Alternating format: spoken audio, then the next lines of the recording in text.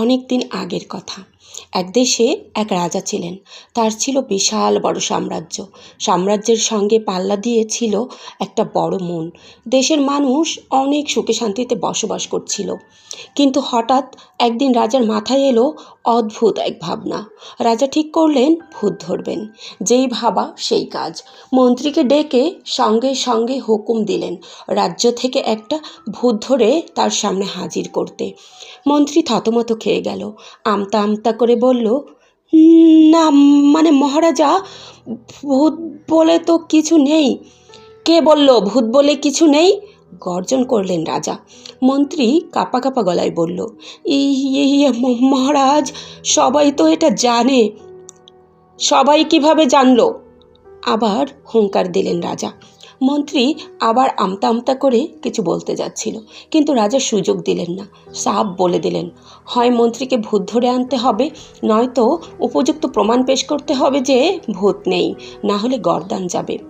কোন দুঃখে কোন কষ্টে এই চাকরি নিয়েছিল সেটা ভেবে মাথার চুল ছিঁড়তে ছিঁড়তে বাড়ির পথ ধরল মন্ত্রী। তবে হাল ছাড়ল না। হাল ছাড়বেই বা কী করে? হাল ছাড়লে যে প্রাণ যাবে। রাজা ঢোল পিটিয়ে ঘোষণা দিয়েছেন, যে ভূত ধরে আনবে তার জন্য বিরাট পুরস্কার। সভাসদেরা গভীর আলোচনায় বসল। ভূতের আশায় নদী ছেড়ে গাছে গাছে জাল ফেলতে লাগলো জেলেরা।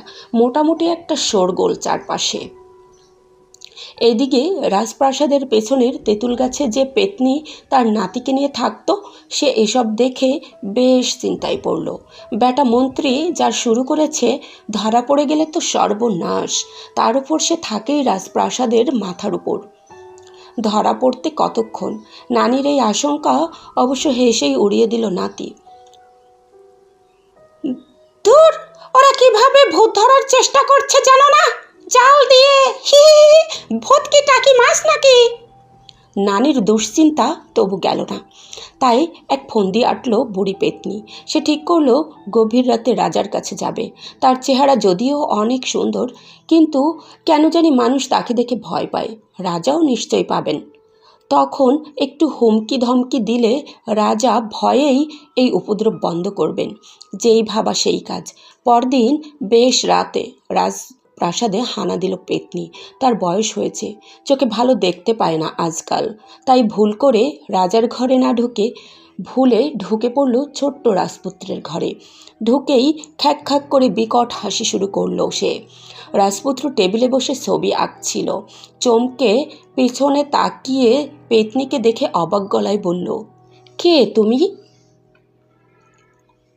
রাজার বদলে রাজপুত্রকে দেখে হাসি গিলে ফেলে চোখ পিটপিট করে তাকালো পেতনি। এটা রাজার ঘর না? উনি কোথায়? রাজপুত্র এবার দাঁড়িয়ে গেছে, ভালো করে পেতনিকে দেখছে, আর তার চোখ মুখে কৌতূহল। বলল, না, এটা আমার ঘর, আমি রাজার ছেলে। ও আচ্ছা আচ্ছা। কি করা উচিত বুঝতে না পেরে পেতনি এদিক ওদিক তাকাতে লাগলো। জানালা দিয়ে সটকে পড়বে, না এই পিচ্চিটাকেই ভয় দেখাবে? ফিরে যাওয়ার মানে হয় না। আবারও খ্যা খ্যা করে হাসি শুরু করলো সে। রাজপুত্র বিস্মিত গলায় বলল, হাসছো কেন? আমাকে দেখে কি হাসি পাচ্ছে? পেতনি অপ্রস্তুত হয়ে আবার চুপ মেরে গেল। রাজপুত্র বলল, তুমি কে? আমি ওই আর কি, পেতনি। এখানে আসলে কিভাবে? উড়ে এসেছি। পেতনি গাল চুলকাতে চুলকাতে বলল, উড়ে এসেছো? রাজপুত্র চোখ বড় করে বলল, তুমি উড়তে পারো? পারবো না কেন? সব ভূতেরাই উড়তে পারে। তুমি থাকো কোথায়? এতদিন তো দেখিনি, হঠাৎ ওড়াউড়ি শুরু করলে যে? এতদিন দেখা দেইনি, তাই দেখনি। পেতনি বিরক্ত গলায় বলল, আমি থাকি ওই পেছনের তেঁতুল গাছটায়। তুমি কি আমাকে উড়তে শেখাবে? হঠাৎ রাজপুত্র খুশি খুশি গলায় বলে উঠল। পেতনি বিরক্ত গলায় বলল, উড়তে শেখানো যায় না, ওটা আপনা আপনি শিখে ফেলতে হয়, মানুষের কর্ম না। যাই হোক, আমি যাচ্ছি, সময়টা নষ্ট হলো। তোমার বাবাকে বলবে এই ভূত ধরাধরির চেষ্টা বন্ধ রাখতে।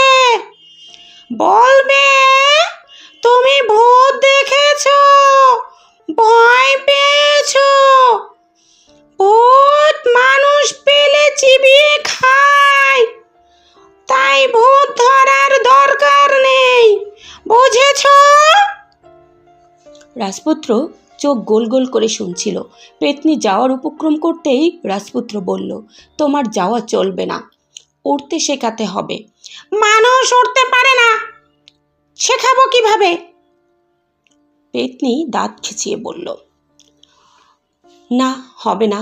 রাজপুত্র গো ধরল, যদি আমাকে উড়তে না শেখাও তাহলে কিন্তু বাবাকে বলে ওই তেঁতুল গাছে জাল ফেলবো। এত মহাধরিবাজ ছেলে! পেতনি চোখ পাকিয়ে বলল। এই শোনো! রাজপুত্র আর পেতনি যখন তুমুল ঝগড়ায় ব্যস্ত, তখন রানী দুধের গ্লাস হাতে রাজপুত্রের ঘরে ঢুকলেন।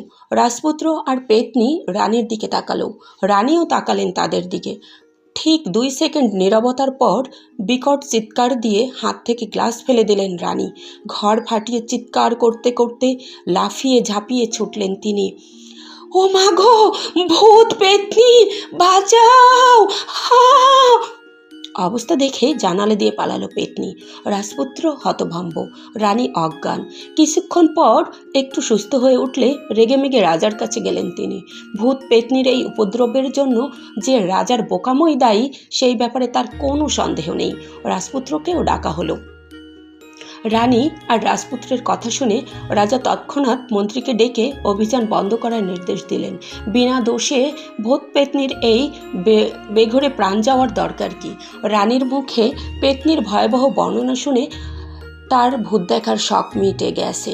রাজপুত্র যদিও কিছু বলতে যাচ্ছিল, কিন্তু তিনি আমলে নিলেন না। ওদিকে দ্রুত তেঁতুল গাছে পৌঁছেই তড়িঘড়ি করে তল্পিতল্পা গুছিয়ে নাতিকে নিয়ে পালালো পেতনি। এখানে আর না, রানীকে সে ভয় দেখিয়েছে। এখন নিশ্চয়ই রাজা রেগেমেগে সব ভূতকে পাকড়াও করবে। তার চেয়ে পালানোই ভালো। যাওয়ার পথেই যতজনকে পারে সংক্ষেপে ঘটনা বলে যেতে লাগলো পেতনি।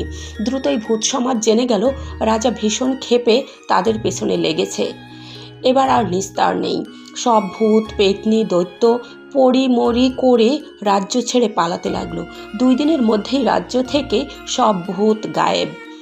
বুড়ি পেতনি তার নাতিকে নিয়ে পাশের রাজ্যের নদীর ধারের এক অশ্বত্থ গাছে আস্তানা গাড়ল।